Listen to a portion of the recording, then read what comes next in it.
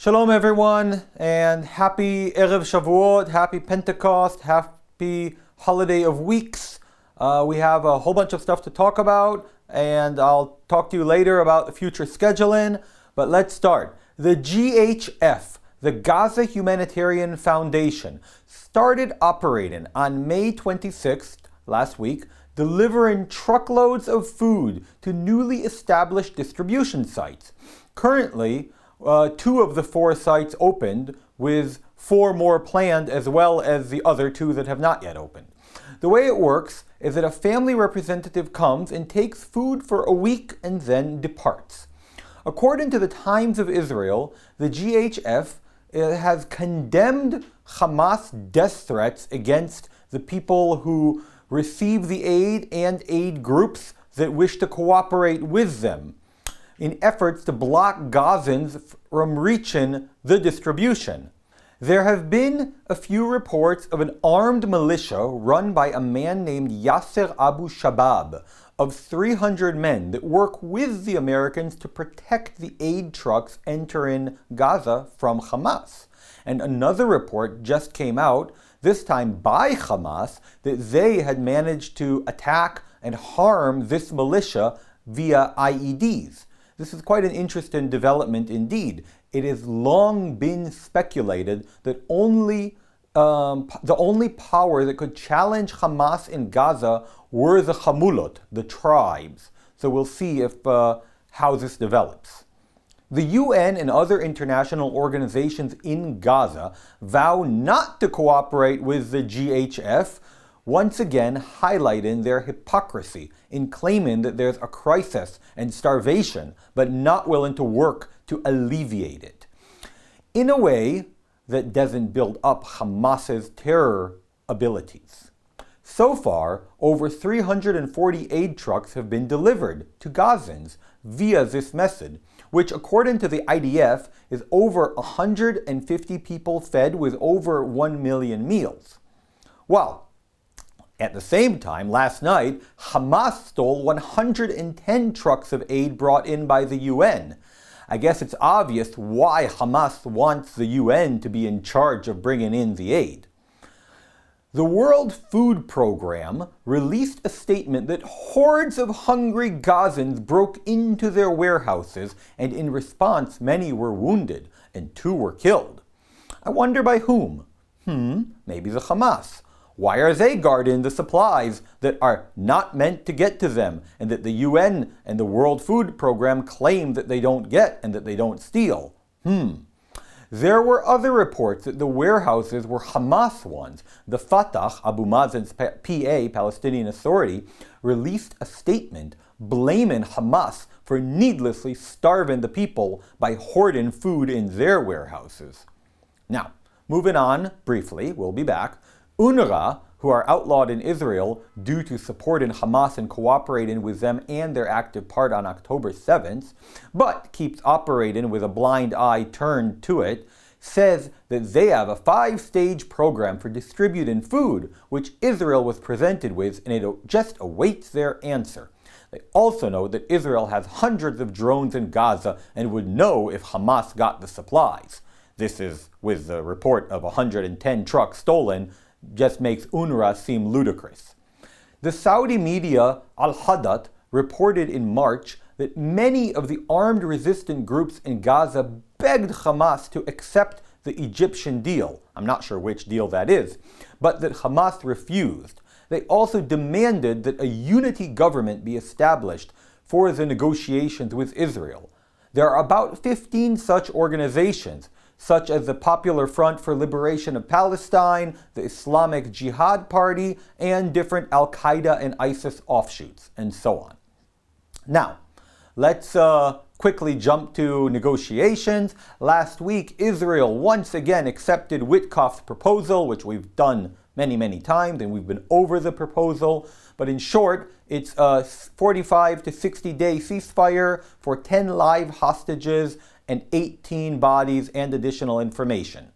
Last night, it was reported that Hamas has once again rejected it. They, Hamas, claim otherwise, that they made a counteroffer.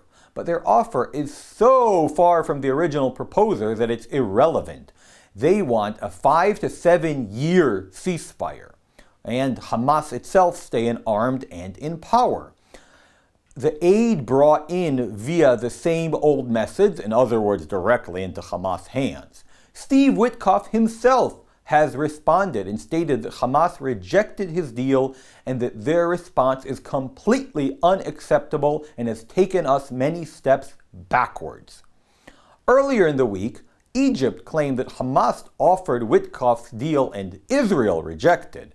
And again, even to that earlier report, Witkoff responded that Israel has accepted his deal and that what Hamas offered is not his deal and is disappointing, and that Hamas is refusing the deal. As always, we just can easily see once again how Hamas is the belligerent and is refusing and could have ended this war on October 7th if they'd never done anything, or 8th if they'd released the hostages, but they refuse to do so. As of this morning, back to the food distribution, there's a report of dozens of dead and more wounded near the new food distribution center due to shootings. Hamas released a list of 23 dead. That was quick.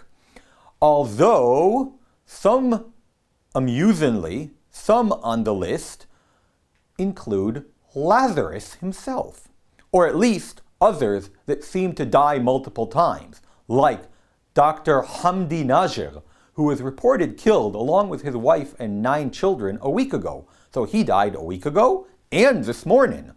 The IDF denies that they're involved in any shooting whatsoever. And usually when the IDF is involved, then they will at least say that they're investigating. So usually we can take their claim as true. And speaking of fake news and Pallywood, once again last week we saw the blatant lies and falsehoods that are pushed by Hamas and the world against Israel to erode Israel's right to self-defense against these monstrous attacks. Last week it was reported by Hamas and the rest of the liberal media what I just told you about Dr. Najjar. So they reported that his wife, who's also a doctor, Ala al-Najjar, and their 9 children died in an airstrike. The army said that it can't confirm this.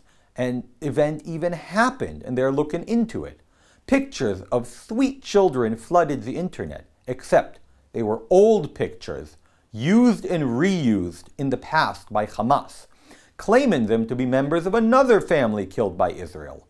Often, Hamas recycles pictures from Gaza, Syria, and even Israeli Jewish victims of terror for their propaganda, which sadly is very effective on those simple-minded people who want to be convinced of Israel's crimes. Despicable does not even begin to describe this.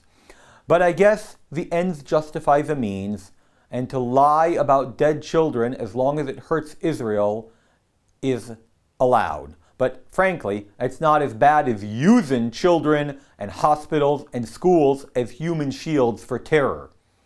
The IDF said that it struck a building in Khan Yunis and that it was an active war zone, and already 2 months ago the buildings were evacuated and cleared out, and that 4 armed terrorists were spotted in the building, which is what initiated the strike. Once again, this shows that Hamas has no problem lying and pretending they want a deal when in fact they want to dictate terms that would allow them once again to attack Israel, all to gain world support for their terrorist regime. Now moving out quickly to Iran. On her visit last week, the Minister of Homeland Security, Kristi Noem, said that Trump gave Iran days, not weeks or months, to decide if the negotiation will continue or not. Reuters reported that Steve Witkoff passed along a proposal to Iran via the Omani foreign minister. This was yesterday. Reported on BBC, Reuters, and many more is a bombshell of a news report that the IAEA, the UN nuclear agency, released a report that for 20 years Iran has been operating out of 3 secret nuclear facilities and has done considerable testing, that is explosions, Ha! Civilian nuclear energy. You don't need explosions for civilian nuclear energy. And that it has 498.6 kilograms of 60% enriched uranium and 274.5 kilograms of 20% enriched uranium. Now, it requires 42 kilos of 60% enriched or 125 kilos of 20% enriched uranium to reach a bomb. So that can give you an indication of how close they are. An Austrian intelligence report claims that Iran is indeed continuing with this effort of a secret nuclear military program, and the Iranians are very unhappy at the Austrians and called in their ambassador to be scolded.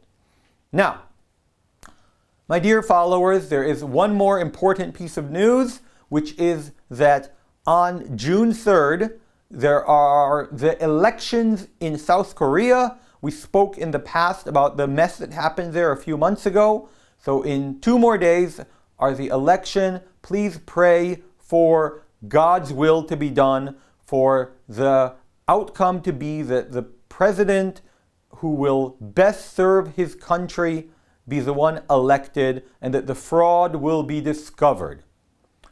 And last but not least, I'm flying to Finland on Thursday to take part in the Carmel Koti conference, and will only be back on June 19th. So consequently, we will be taking a 2-week break until June 22nd. Unless, of course, we can fit in another quick video this Wednesday. So thank you all. Subscribe, share, like, all the stuff you know you need to do. And happy Shavuot. God bless.